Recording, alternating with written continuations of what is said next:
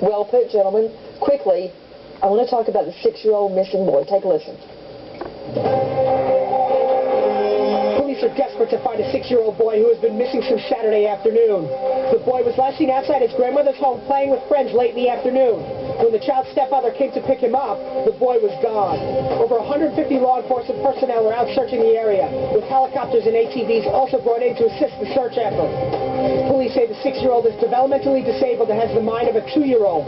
He cannot speak and only understands a few words.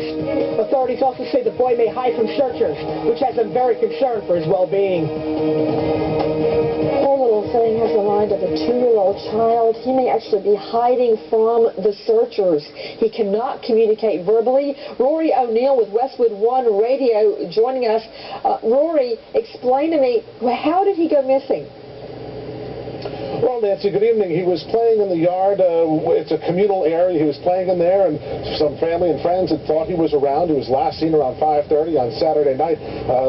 The father came to pick him up. He wasn't there, and they spent hours searching for him before they finally called police around 7:30. Oh, no. They lost all that time? And then it got worse because the mother of the child was at work. She works at a local nursing home. She didn't get home till about midnight. That's when she found out that the boy was missing. Oh, no. Since then, the search has been pretty thorough. Helicopters, bloodhounds, everything they can do across South Florida really to find the little 6-year-old. To Lieutenant Tom Smith with the Special Crimes Bureau with Collier County Sheriff's Office. Lieutenant, thank you for being with us. Describe the little boy for me. Good evening. Yeah, Jair Desir is 6 years of age, and as you said, he is developmentally disabled. He's 3 feet tall, 45 pounds, with black hair and brown eyes. He was last seen wearing a blue shirt with yellow stripes and a pair of blue shorts with little pink flamingos going down the seams. This little child could be wandering alone right now. Look at him. He has the mind of a 2-year-old child. Lieutenant, does he speak English?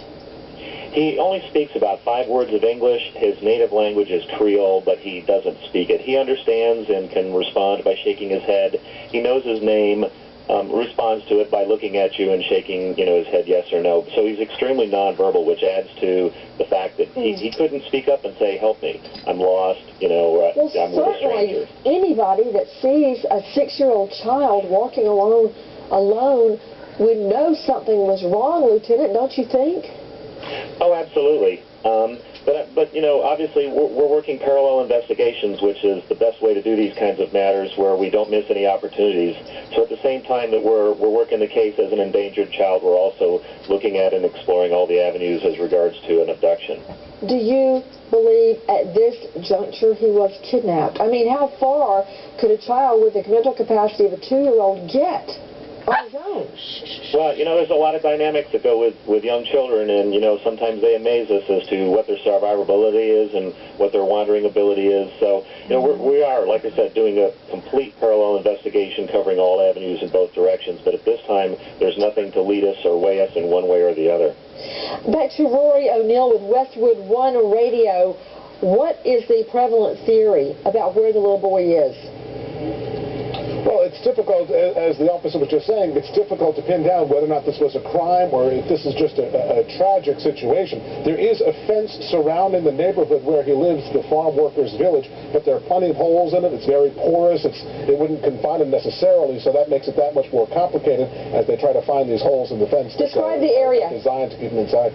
Describe the area. Very remote. Again, this is a farming community, so the area where they are is actually a housing district. But just outside there, it gets very rural very quickly. It is some dense agricultural. It's a dense agricultural area. Rory, who last saw him? It was his grandmother who last saw him. He was playing at their house, in and out throughout the day.